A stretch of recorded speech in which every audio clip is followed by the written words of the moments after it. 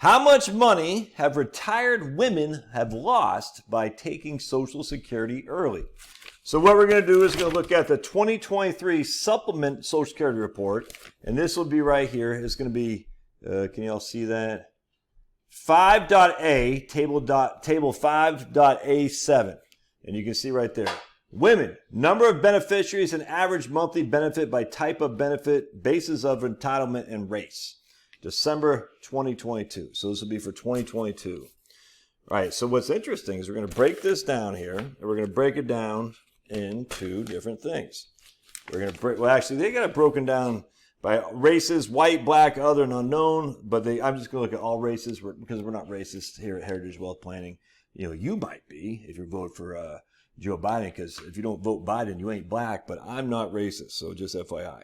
So we got 34 million women on Social Security, either via as a worker or as a spouse or a widow. Now, the drawback here, the widows, they don't show if the widow took it before, like, reduced. So the other two, they show it if it's been reduced. So for workers, and I'll show you here in just a second, they got full benefit versus reduced benefit.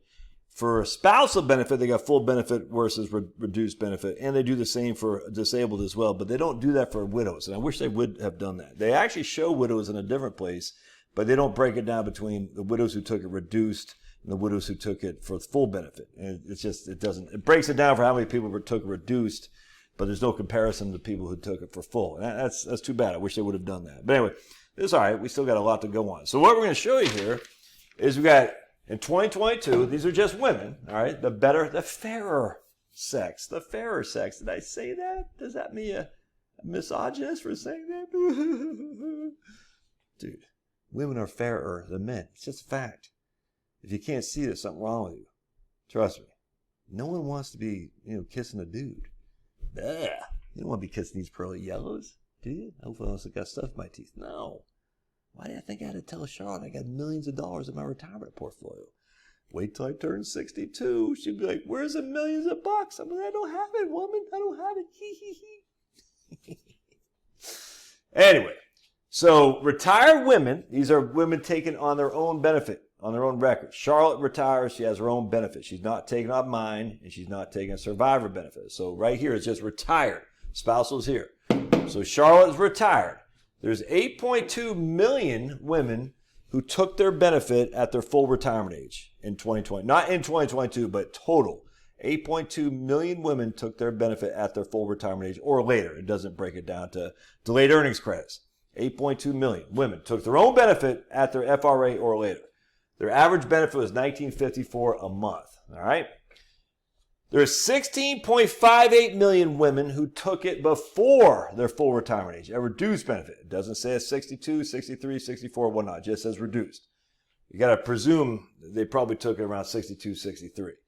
Their monthly benefit was $14.80 a month, about a $500 a month difference right there. All right, so what happens here is we take our trusty calculator, we say $14.80, if I can get it.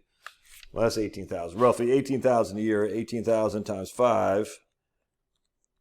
Oops, 18 times 5, what's that, $90,000. All right, so these women who took it early are going to get a $90,000 leg up on these women who took it later.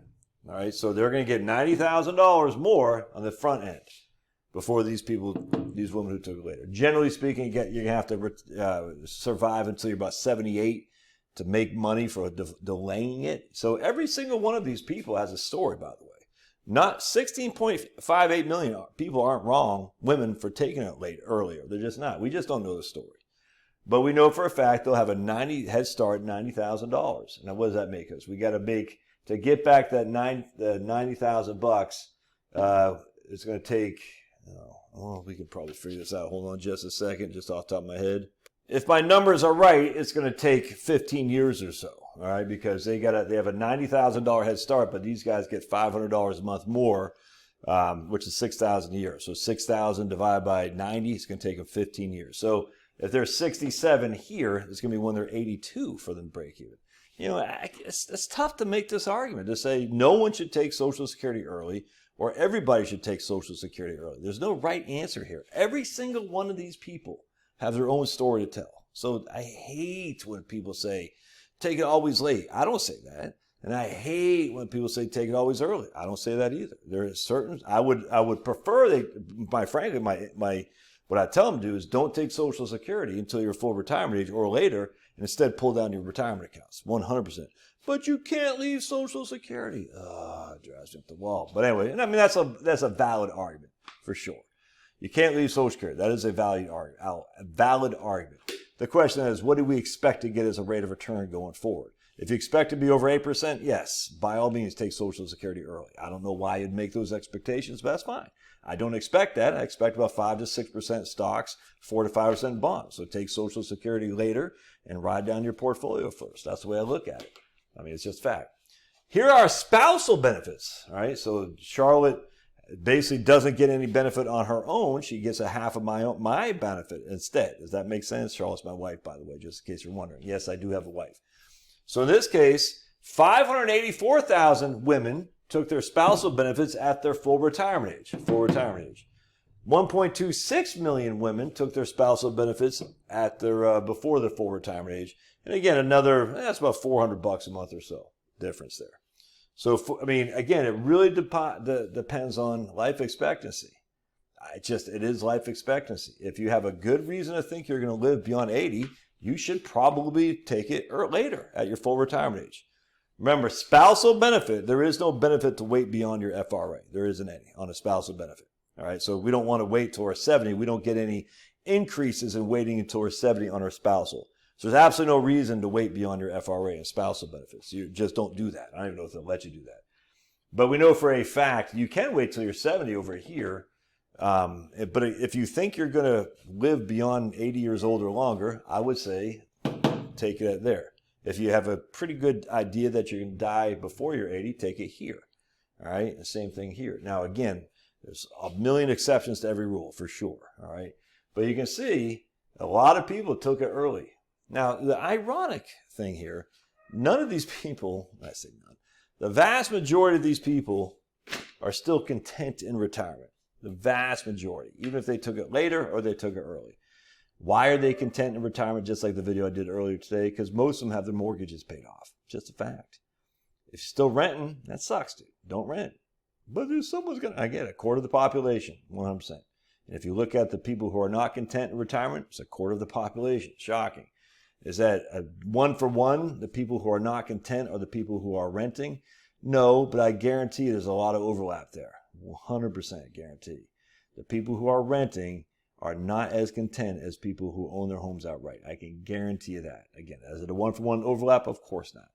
And then finally, too, the thing that always cracks me up, what about health care, Josh? What about long-term care? Well, doggone, you better not have taken Social Security early then if you think you need long-term care. Because if the reason you need long-term care is because you live too long. That's what happens. You live too long. And we need more of the money we got for long-term care, right? So if you think long-term care is an issue, you definitely don't take Social Security early. Anyway, so you can see, that's about $5,000 a year right here. Difference once this person's FRA, $6,000 a year once this person's FRA. So it's going to take about, 15 years for this guy to break even to that because of the head start this person has. And it'll probably take about 12 years for this person to break even to that person because of the head start they have. Yeah, then I wish we could have talked about widows benefits, but we did. All right.